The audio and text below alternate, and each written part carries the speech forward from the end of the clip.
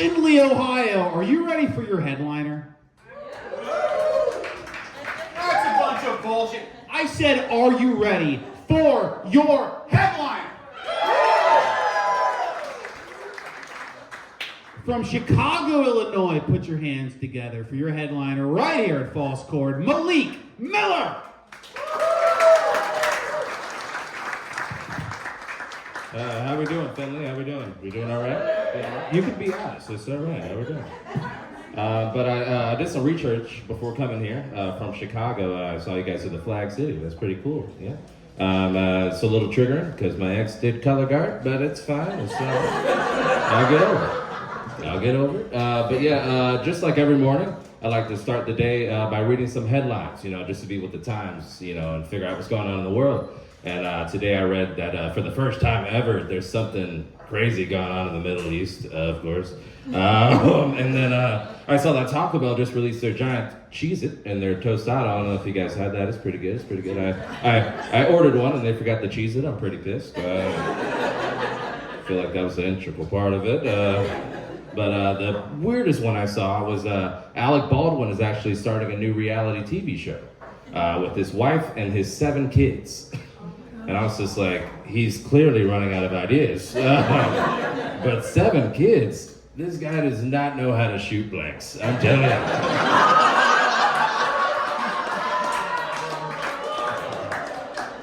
Good stuff. I like it. But yeah, I live in Chicago right now. I've been there for about 3 years. I'm actually originally from Florida. From Central Florida actually, and things are a little different. It's a lot different from the Midwest and the South. Chicago, there's plenty of dangerous spaces to be. But I don't know if you guys heard of the Red Line, the train. Yeah, it's pretty rough. It's pretty crazy. And on the way down there, you see a couple of Christians holding a couple of Bibles, and it says a sign that says, "Would you like to find God?" And I'm like, on the Red Line? Like, see him? Sure. Meet him? Most likely. But find him? That implies I have a choice. And I don't think that's the case on that line. But yeah, things are different back in Florida because things are a lot more simple, Guys down there, they don't need much, They're just like, all I need in life is my truck and my uncle. And they're both registered, so. Think I'm covered. Think I'm all set on that. But yeah, man, I love growing up in Florida. I have a cool culture about me, but I had to leave because a lot of guys there are backwards. They say some dumb stuff like "them sound like fighting words" to me, and I didn't like that. I didn't like that at all. I thought it was really stupid. It's not weird if I do the accent. Let's actually. I promise. But yeah, the last time I heard "them sound like fighting words," it was these guys about to get in a fight in the middle of the street. And right before they got into it, I saw this cat walking across slowly but surely. And I was just like, don't do it. And unfortunately, they kicked that cat. They did. They kicked it across a decently wide street. I'm talking if it was on the 40. Airtime. I feel like I'm not painting the picture. But it was pretty rough, And thankfully, to those who are concerned about the cat, it did get up. It did. So they jumped it. It was pretty rough. But yeah, those guys used to stress me out. And as an anecdote to that, I actually found weed. It's pretty nice. Any stoners in the house? Any? Yeah, there we go. We'll meet up. But yeah, man, I found weed, and a normal tradition I like to do now is I like to wake and I like to bake. I do. And the first thing I do in the morning, I smoke. And that morning, in particular, I'm telling the story, I wanted some tea, So I got up and I got the water ready and I got the mug ready and I put the bag in the cup and then I put the water in the cup and then I realized that the tea bag is steeped for a pretty long time now. So let's take this thing out. And I walk over to the trash can, and on the way to the trash can, I drop the tea bag, right? So it's right under me, and I have to bend down to pick it up. I'm about demi-grand right here. And I realize that I'm teabagging the tea bag. And that's why I love to wake and bake. That's what I love to do. It's a beautiful process. I have a lot of epiphanies. It's good stuff, man. But yeah, man, my first drug dealer ever, when I went to go pick up weed, I found out he was a Satanist. But that wasn't the deal I was making that day. I was just there for weed. And when I walked in, he was talking to the guy in front of me, and he was just like, you know what, you're here for 2 carts, you're a pretty cool guy. I usually do 30 each, but since you're so cool, how about I do 30 for one and 10 for the other? Even 40, right? And he's just like, oh, that's a good deal. And I'm behind him like, damn, that's a good deal. You know what I mean? And the guy's just like, all right, 1 for 30, 10 for the other. And he's just like, cool, you got 2 20s. And the other guy's like, hey, hold on, man. You said 1 for 30, 10 for the other. I ain't paying 20 each. I just think, you ain't about to get me.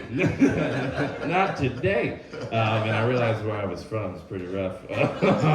Pretty rough. But I love weed. It's really my drug of choice, I would say. But I would say I love doing comedy, guys. You guys are really fun. It's a good night so far. And I would say that comedy is getting a little weird right now. Mostly because nobody wants to come across racist, you know? Nobody wants to say they're racist. And to the rest of you guys, I say good luck, you know? I've been training for this day every day of my life, you know? To you guys, I say survival of the fittest, you know? And I actually used the phrase survival of the fittest the other day, and someone called me fat phobic. And I was just like, I can't be fat phobic. My dad has diabetes, you know? And they were just like, that's not the same thing. Obesity and diabetes, they're just completely different. And they're like, it's not funny. Obesity runs in my family. And I was just like, hey, slow down. No one runs in your family. Let's keep it at 100, guys. Let's do that. But yeah, man, it's been interesting. Back in Florida, I used to go to this fancy, smanchy art school, you know, and I was surrounded by a lot of white kids. I was, but they were all talented. I was talented. It was a good time. I got a lot of experience. I was actually super popular. Some would say token. And with that, that's fine, you know. But moving to the Midwest, it has been a better experience, you know. You guys are just a lot more quiet. You guys know how to get out of earshot, you know what I mean? You guys know how to wait till you get to the car. I appreciate that. I definitely do. I love it so much, man. But yeah, when I went to those art schools, I pursued a lot of different passions. And alongside with comedy, I do music as well. And when people find out I do music, they always ask the same question. They're just like, oh, what kind of music do you do? And I think that question is a little limited. I don't like it a lot, you know, because it really constricts you to a box. You know, you wouldn't ask Michael Jackson what kind of music he does. You wouldn't ask Elton John what kind of music he does. You wouldn't ask JoJo Siwa what kind of music she does, you know? It's gay pop, it was mentioned earlier. It's brand new, cutting edge, never been done before. Freddie Mercury's rolling in that grave. But that's not my problem. That's not my problem. But yeah, man, I do music, and right now I'm actually having a few second thoughts about it, second guesses, because it's a weird industry to get into right now. I feel like a lot of our idols are crashing and burning, you know? When all that news came out about Michael Jackson, everybody was just like, he definitely did it. And I was just like, as a Michael Jackson fan, my initial statement is, I don't think he touched those kids. And then I watched a documentary, and I was like, my revised statement is, I don't think about him touching those kids. I just don't. It's not my job, you know? And we all knew he wasn't gonna stop until he got enough, you know? He was a preferred them smooth criminal. Pretty rough. My friend lives out in California, and they actually just moved into a new house, and they were like, it's really cool. Michael Jackson actually helped design the house. I was like, he was doing architecture? What the fuck? And he was just like, yeah, it's super cool. It's a nice spot. And I was just like, oh, cool. Is there a playground? And he did not like that. He did not like that at all. Didn't sign that lease. That's bad juju. You don't want that. But yeah, man, music's super weird, not just with all that pedophilia stuff, but there is more if you're curious. There's plenty to go around. Actually, right now, with the rap beef, I don't know if your ears are to the streets, but Drake and Kendrick have been going at it for a little bit. You know, they've actually been arguing. And a big allegation that Kendrick threw Drake's way was that him and his constituents are all pedophiles, and that was pretty rough. Everybody was pretty disappointed, especially when they found out that Drake was friends with Millie Bobby Brown, at the time, she was a teenager. It was pretty sketchy, you know? Everybody's just like, we're really disappointed, Drake. And I was just like, wait, hold on, guys. If anyone was disappointed, it was probably Drake when they met, you know? He was just like, wait. So your character's name is 11? I'm confused. Yeah, I've seen Stranger Things, you know what I mean? You get it. It's pretty rough, man.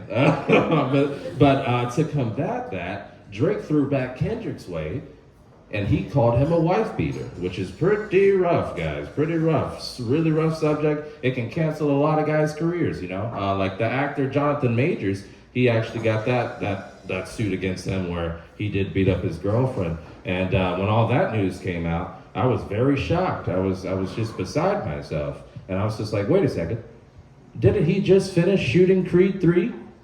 That's an intense regimen to go through to be a professional boxer in a movie. She probably triggered him. She probably said something that was traumatic, like, action, you know? pretty fucked. But yeah, man, everybody called that the nastiest setup. Drake saying that Kendrick was a wife beater. They were like, that's the coldest, nastiest setup we've ever seen of all time. And I was just like, that's not true. The nastiest setup I've ever seen is when my community theater cast the kid with the lisp as the lead in Footloose. And when I tell you, when he got around to the chorus, it was, you don't realize how many S's are in that damn show. God damn it. Sunday. But yeah, man, it was pretty rough to watch, man. I would say that has nothing to do with how bad the rap game could have been, I guess. But I will say, comedy is dope. Comedy is awesome. But right now, like I said earlier, it is a little weird. Mostly because people want to be like Will Smith at the Oscars, you know? You know, they know they want to hear the joke, and they're excited for it, you know? They love the comedian, and once they hear the joke, they have to look around the room to see if the person the joke is about is also laughing. And if they're not laughing, they might have to smack a bitch, you know what I mean? They might have to just walk up there and leave some fresh prints on his face. You know what I mean?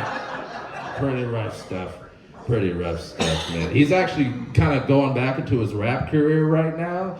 And Will Smith, you heard it right, he's rapping again. And he just released a song called You Can Do It. And I was just like, shut the fuck up. What do you mean you can do it? You're Will Smith, that's not fair. That's not fair, man. You were getting jiggy with it years ago. That's not, you can't be a motivational speaker, let alone motivational rapper. That's not fair, man. That's not cool. But yeah, man, comedy is going good for me. But for a normal job, I actually am a restaurant manager at a Margaritaville. Any parrot heads in the house? Any, no Jimmy Buffett fans? Yeah! We're seeing away again. No. But yeah, I manage a Margaritaville, and before that, I used to bartend there. And on the day of my big transition, something happened that made me second guess my change of career. I had to go take a drug test, and I knew I was gonna fail. I just knew it, and I went in there, and the lady was really nice, and she escorted me to the bathroom. I think she was hitting on me. She was like, "You gotta pull your pants down." I was just like, "Go on. What's next?" But yeah, man, she was just like, "You're just gonna pee in this cup for the drug test." And I went in the bathroom, and I was really deep in thought, because to me, being a manager is a big deal, you know. And I was bartending. I was just like, "Am I ready for this transition?" And I'm standing there, my pants are down, and I'm just like, "Am I doing the right thing? Is this right for me? Like, am I making enough money?" And then I lift up the cup, and I realized it was a perfect pour. I'm talking an ounce and a half right on the dot, like right on the line. I was like, shit, I still got it. What am I doing? I can't leave while I'm hot. I got talent to give to the game, you know? But yeah, man, I eventually did decide to go into management, and it's been pretty cool, you know? I will say it's been a little different. Mostly because my biggest fear going into a managerial position is the fact that I don't know how to calm down white men. I just don't. So, to aid me, I did some research, And I'm talking hours of research, and I found out nobody does. So it's all good. It's all clear. You get it. It's all good. So no sweat off my back at the end of the day, you know. And you know, I'm not weird, you know. I know there's certain things I can't say, you know. Like as a black man, I can't say the words like, even if I'm highly convinced, I can't be like, I'm sold, you know. I can't say that. It's pretty fucked. It's pretty fucked up. It's pretty messed up. Pretty problematic. Pretty problematic. But yeah, man, managing makes me a little nervous. And the other day, I did have an altercation with one of my white guy employees, and you know, it was just a small problem. So I figured I'd walk over to him and handle it diplomatically. And I thought I was pretty respectful, but apparently I said something wrong because he turned around and he was just like, "Them sound like fighting words to me," and then he threw it out. So, thank you guys. I'm Malik Miller. Give it up for Dave Findlay. Thank you. Thank you. Thank you, Findlay. Malik Miller, everybody, give it up. Guys, did you have fun tonight? Well, I got good news. We're here back with a fresh show every single month. September 8th, this is my favorite comedian in the entire state of Michigan, which makes him one of the best comedians in the country. Michigan has great comedians. From Lansing, we got Pat Sievert. He's fucking hilarious. He's going to be amazing for you guys. Tickets for that are going to be available September 8th. The show is September 8th. Tickets will be available next week on the False Chord website. Please check that out. Thank you guys so much. Give it up for yourselves. And you just got to give it up for one more thing. Give it up for False Chord. That's it, everybody. Thank you so much. Have another beer. We're going to get music going. Get home safe, everybody. I love you. Thank you.